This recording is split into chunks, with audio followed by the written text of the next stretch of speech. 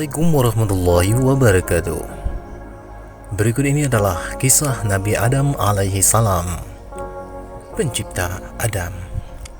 Kisah penciptaan Adam dimulai dengan dialog antara Allah dan para malaikat. Allah Subhanahu wa taala memberitahu pada para malaikat bahwa Ia akan mengangkat khalifah di bumi, yaitu Adam dan anak cucunya, dan akan menetapkan mereka di bumi dan menjadikan mereka berkuasa di situ. Akan tetapi, para malaikat merasa heran mendengar berita ini, karena yang akan menjadi khalifah Allah di buminya tidak akan mampu mendirikan kerajaan yang menyamai kerajaan langit dalam hal rahmat dan kesuciannya. Maka berkatalah para malaikat kepada Tuhan mereka, apakah akan engkau jadikan manusia yang berbuat kerusakan di bumi dengan maksiat dan pertumpahan darah, sedangkan kami menyucikan engkau dari segala yang tidak layak dengan keagunganmu dan memuliakanmu sebagai tanda syukur kepadamu. Para malaikat mengatakan hal itu kepada Tuhan mereka karena merasa melihat diri mereka lebih baik daripada makhluk yang akan dijadikan khalifah di bumi. Akan tetapi, Allah menjawab dengan rahasia yang disembunyikan dari mereka dan hikmah yang khusus yang ada padanya dalam penciptaan Adam, yaitu Dia mengetahui yang tidak mereka ketahui. Sebagaimana Allah berfirman dalam Al-Quran, ketika Tuhanmu berkata kepada para malaikat, sesungguhnya aku di bumi akan menjadikan seorang khalifah. Para malaikat berkata, apakah engkau akan menjadikan bumi manusia yang berbuat kerusakan di dalamnya dan menumpahkan darah, sedangkan kami bertasbih dan memuji engkau dan menyucikan engkau? Allah menjawab, sesungguhnya aku mengetahui apa yang tidak kamu ketahui. Kedudukan Nabi Adam. Sesudah menciptakan Nabi Adam, Allah mengajarinya nama-nama benda dan keadaan-keadaan serta keistimewaan-keistimewaan agar ia menjadi mantap di bumi dan mengambil manfaat sebaik-baiknya. Kemudian Allah bermaksud menunjukkan kepada para malaikat bahwa makhluk yang baru ini lebih banyak ilmu dan lebih luas pengetahuannya. Maka Allah minta kepada mereka agar memberitahukan kepadanya tentang nama-nama benda tertentu dan khasiat-khasiatnya. Kalau menurut dugaan mereka benar, maka mereka lebih berhak atas kedudukan khalifah di bumi. Akan tetapi, para malaikat tidak sanggup menjawab dan berkata kepada Allah dengan mengemukakan alasan, sesungguhnya kami menyucikanmu, wahai Tuhan kami, dengan penyucian yang layak denganmu, dan kami tidak menyanggah kehendakmu, karena kami tidak mempunyai ilmu kecuali telah engkau berikan kepada kami, sedang engkaulah yang maha mengetahui segala sesuatu dan maha bijaksana dalam segala hal yang engkau lakukan. Allah Subhanahu wa taala memanggil Adam untuk mengajari para malaikat dan berkata kepadanya, wahai Adam, beritahu kepada mereka malaikat yang telah kutanyakan kepada mereka. Maka Adam alaihi salam menjawab dan menunjukkan kelebihannya atas mereka. Di sini Allah bersuruh kepada para malaikat, tidaklah telah kukatakan kepada kalian bahwa aku mengetahui segala yang ada di langit dan segala yang terdapat di bumi yang tidak diketahui oleh selain aku, sedangkan aku mengetahui perkataan yang kalian ucapkan dan kalian sembunyikan dalam diri kalian. Penghormatan kepada Nabi Adam alaihi salam. Al-Quran memberitahukan kepada kita tentang apa alat yang digunakan untuk menciptakan Nabi Adam alaihi salam. Allah Subhanahu wa taala berfirman dalam Al-Quran, ketika Tuhanmu berkata kepada para malaikat, sesungguhnya aku ciptakan manusia dari tanah liat. Kami telah menciptakan manusia dari tanah kering berupa tanah hitam yang sudah dibentuk. Allah membentuk Nabi Adam alaihi salam dari tanah liat yang hitam dalam bentuk manusia, sehingga ia menjadi kering dan berbunyi bila diketuk. Kemudian Allah meniupkan ruh ke dalamnya, maka ia berubah menjadi manusia yang terdiri dari daging, darah, dan urat saraf yang bergerak dengan kehendaknya serta dapat berpikir. Kemudian Allah Subhanahu wa taala menyuruh para malaikat bersujud menghormati Adam, tapi bukan sujud ibadah karena Allah tidak menyuruh seseorang untuk menyembah selainnya. Allah Subhanahu wa taala berfirman dalam Al-Quran, tatkala Tuhanmu berkata kepada para malaikat, sesungguhnya aku jadikan manusia dari tanah kering berupa tanah liat yang sudah dibentuk. Maka apabila aku sudah menyempurnakannya dan meniup ruhku di dalamnya, maka rebahlah, kamu sujudlah kepadanya. Dalam ayat tersebut terdapat 3 kehormatan yang dikhususkan Allah bagi Adam. Yang pertama, penciptaannya dengan tangannya. Yang kedua, peniupan ruhnya di dalamnya. Yang ketiga, perintahnya kepada para malaikat untuk bersujud kepada Nabi Adam alaihi salam. Sujudnya para malaikat dan penolakan iblis. Para malaikat semuanya bersujud kepada Nabi Adam alaihi salam untuk mematuhi perintah Allah, kecuali iblis yang menolak untuk bersujud lantaran sombong dan membangkang. Allah Ta'ala telah bertanya kepadanya, sedang dia lebih tahu tentang sebab yang menghalangi iblis untuk bersujud kepada Adam sesudah ia menyeruhnya untuk melakukan hal itu. Maka iblis berdalih bahawa ia tidak lebih baik daripada Adam dalam hal kejadiannya, karena ia diciptakan dari tanah liat, sedangkan api dalam pendapatnya lebih baik daripada tanah liat dan menunjukkan kesombongan yang sangat-sangat sombong. Oleh karena itu, Allah mengusirnya dari surga dan mengutuknya dengan kutukan yang kekal hingga hari kiamat karena kesombongannya. Adam dan Iblis. Balasan terhadap iblis atas pembangkangan dan kesombongannya untuk bersujud kepada Adam adalah pengusiran dari surga dalam keadaan hina dina. Iblis memohon dari Tuhannya agar membiarkannya hidup hingga hari kiamat.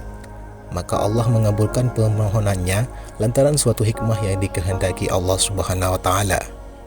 Iblis mengemukakan alasan permohonannya seraya berkata, "Dengan sebab keputusanmu yang menetapkan kebinasaan atas diriku, maka aku bersumpah untuk berdaya upaya sekuat tenagaku guna menyesatkan anak-anak Adam dan menjauhkan mereka dari jalanmu yang lurus dengan segala cara yang mungkin untuk tujuan itu.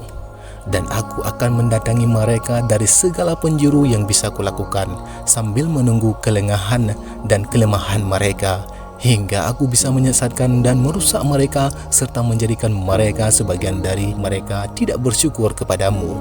Akan tetapi Allah membentaknya seraya berkata, keluarlah dari surga dalam keadaan tercela dan terusir dari rahmatku, dan aku bersumpah akan memenuhi neraka denganmu dan siapa yang mengikutimu dari anak-anak Adam semuanya." Penciptaan Siti Hawa. Allah menyuruh Adam untuk tinggal di surga bersama istrinya. Para ulama berbeda pendapat mengenai waktu kapan istrinya diciptakan. Ada yang mengatakan sesungguhnya Allah Ta'ala mengeluarkan iblis dari surga dan menempatkan Adam di situ sendirian, tidak mempunyai teman untuk bersenang-senang bersamanya. Maka Allah membuatnya tidur. Kemudian Allah mengambil salah satu rusuknya dari sebelah kiri dan menggantikannya dengan daging dan menciptakan Hawa darinya. Ketika Nabi Adam terbangun, didapati di dekat kepalanya seorang perempuan yang sedang berduduk. Adam bertanya kepadanya, "Siapa engkau?" Hawa menjawab, "Aku adalah seorang perempuan." Adam bertanya, "Mengapa engkau diciptakan?" Hawa menjawab, "Supaya engkau bersenang-senang denganku." Allah Subhanahu wa taala berfirman, "Yang menjadikan kamu dari jiwa yang satu dan menjadikan pasangan darinya agar ia bersenang-senang dengannya." Penyesatan iblis terhadap Adam. Ketika Allah menempatkan Adam dan istrinya di surga, ia membolehkan keduanya untuk bersenang-senang dengan segala sesuatu di dalamnya. Maka keduanya boleh makan buah-buahan yang disukainya. Allah tidak melarang keduanya kecuali memakan buah dari pohon yang dilarangnya. Allah menyuruh keduanya agar tidak mendekati pohon itu dan tidak memakan buahnya. Kalau hal itu dilanggar, berarti mereka akan menjadi orang-orang yang menganiaya dirinya sendiri dengan menentang perintah Allah dan akan mendapatkan hukuman lantaran hal itu. Iblis sangat gembira dalam hatinya karena ia mendapat jalan dalam larangan itu untuk menjumpai Adam dan istrinya. Maka ia pun mulai berbicara dengan mereka dan membujuk mereka untuk makan buah pohon itu, sehingga berakibat penyingkapan aurat-aurat mereka yang tadinya tertutup. Iblis telah berusaha sekuat tenaga untuk terus menipu mereka. Maka ia menimbulkan dugaan pada diri mereka bahwa Allah melarang mereka berdua untuk makan dari pohon itu, supaya mereka tidak menjadi malaikat dan tidak kekal dalam surga yang berisi kenikmatan. Dan iblis bersumpah bahwa ia termasuk orang-orang yang memberi nasihat kepada mereka berdua. Dosa Nabi Adam alaihi salam. Adam dan Hawa lupa bahawa iblis adalah musuh mereka. Maka terjerumuslah keduanya dalam jebakan fitnah dari memakan buah dari pohon itu. Ketika keduanya memakan buah tersebut, tersingkaplah auratnya. Sebelumnya masing-masing belum pernah melihat auratnya masing-masing maupun aurat temannya. Lantaran sangat malunya, keduanya mengumpulkan beberapa lembar daun pohon itu untuk menutupi auratnya. Maka ditugurlah mereka oleh Allah SWT atas dosa mereka itu. Tidaklah aku telah melarang kalian memakan buah dari pohon itu dan memberitahu kalian bahawa setan adalah musuh yang nyata bagi kalian berdua. Adam dan Hawa merasakan besarnya dosa yang mereka perbuat dengan melanggar larangan Allah. Maka mereka pun menyesal dengan penyesalan yang sangat-sangat dan berdoa kepada Tuhan mereka seraya berkata, "Wahai Tuhan kami, sesungguhnya kami telah menganiaya diri kami dengan mendurhakaimu dan menyalahi perintahmu. Maka ampunilah kami dan kasihilah kami. Sebab jika engkau tidak mengampuni dan mengasihani kami dengan keutamaanmu, niscaya kami menjadi orang-orang yang sangat rugi." Pemanfaatan Adam dan pengusirannya dari syurga. Allah Subhanahu wa taala berfirman dalam Al-Quran, maka Adam menerima dari Tuhannya beberapa kata. Lalu Allah menerima taubatnya, sesungguh Dia Maha Penerima taubat dan penyayang. Akan tetapi Allah Subhanahu wa taala menurunkan Adam dan Hawa dari surga ke bumi dan memberitahu mereka bahawa akan menjadi permusuhan di antara anak cucu mereka. Mereka akan berdiam di bumi, memakmurkannya dan bersenang-senang di dalamnya untuk jangka waktu tertentu hingga datangnya ajal mereka, dan Allah Subhanahu wa taala akan memberi petunjuk kepada jalan yang benar. Maka siapa yang mengikuti petunjuk Allah, ia pun tidak akan terjerumus dalam dosa di dunia dan tidak akan sengsara di dalamnya. Allah Subhanahu wa taala berfirman kepada keduanya, "Turunlah kamu dari sini, kamu akan saling bermusuhan satu sama lain. Kamu boleh tinggal di bumi dan bersenang-senang dengannya hingga tiba ajalmu. Di bumi itulah kamu hidup dan di situlah kamu mati, dan dari situlah kamu akan dikeluarkan. Turunlah kalian berdua dari surga bersama-sama dan kamu akan saling bermusuhan satu sama lain. Maka siapa yang mendapati dan mengikuti petunjukku, tidaklah ia tersesat, tidaklah ia sengsara." Qabil dan Habil. Qabil dan Habil adalah dua orang anak Adam alaihi salam. Al-Quran memuat kisahnya yang dapat diambil nasihat dan hikmahnya oleh kaum mukminin. Qabil adalah seorang yang jahat, sedang saudaranya Habil adalah orang yang soleh dan bertakwa. Di antara keduanya timbul perselisihan yang berlangsung lama dan mencapai puncaknya dengan terbunuhnya Habil oleh Qabil. Mengenai sebab terjadinya perselisihan antara keduanya, terdapat dua pendapat. Yang pertama, bahawa Habil adalah pemilik kambing sedang Qabil adalah pemilik tanaman. Masing-masing mengadakan kurban. Maka Habil memilih kambing terbaik yang dimilikinya dan menjadikannya sebagai kurban, sedang Qabil memanen gandum yang paling jelek dalam tanamannya dan menjadikannya sebagai kurban. Kemudian masing-masing mempersembahkan kurbannya kepada Allah. Lalu turunlah api dari langit memakan kurban Habil dan membiarkan kurban Qabil. Maka tahulah Qabil bahawa Allah menerima kurban saudaranya dan tidak menerima kurbannya, sehingga ia pun iri hati dan membunuhnya. Menurut riwayat Adam alaihi salam, setiap kali mendapat anak selalu lahir laki-laki dan perempuan. Kemudian pun mereka mengawinkan putrinya yang lahir dari satu waktu dengan putra yang lahir pada waktu yang lain. Maka yang pertama lahir adalah Qabil bersama putri kembarnya, dan sesudahnya lahir Habil bersama putri kembarnya. Ternyata putri kembar yang lahir bersama Qabil adalah yang paling cantik. Maka Adam ingin mengawinkan Habil dan Qabil menolaknya seraya berkata, "Aku lebih berhak atasnya. Ia lebih berhak atas saudaranya, dan ini bukan berasal dari Allah Ta'ala, melainkan ia pendapatmu." Maka berkatalah Adam AS kepada keduanya, "Persembahkanlah kurban. Siapa yang di antara kamu diterima kurbannya, maka aku kawinkan dia dengannya."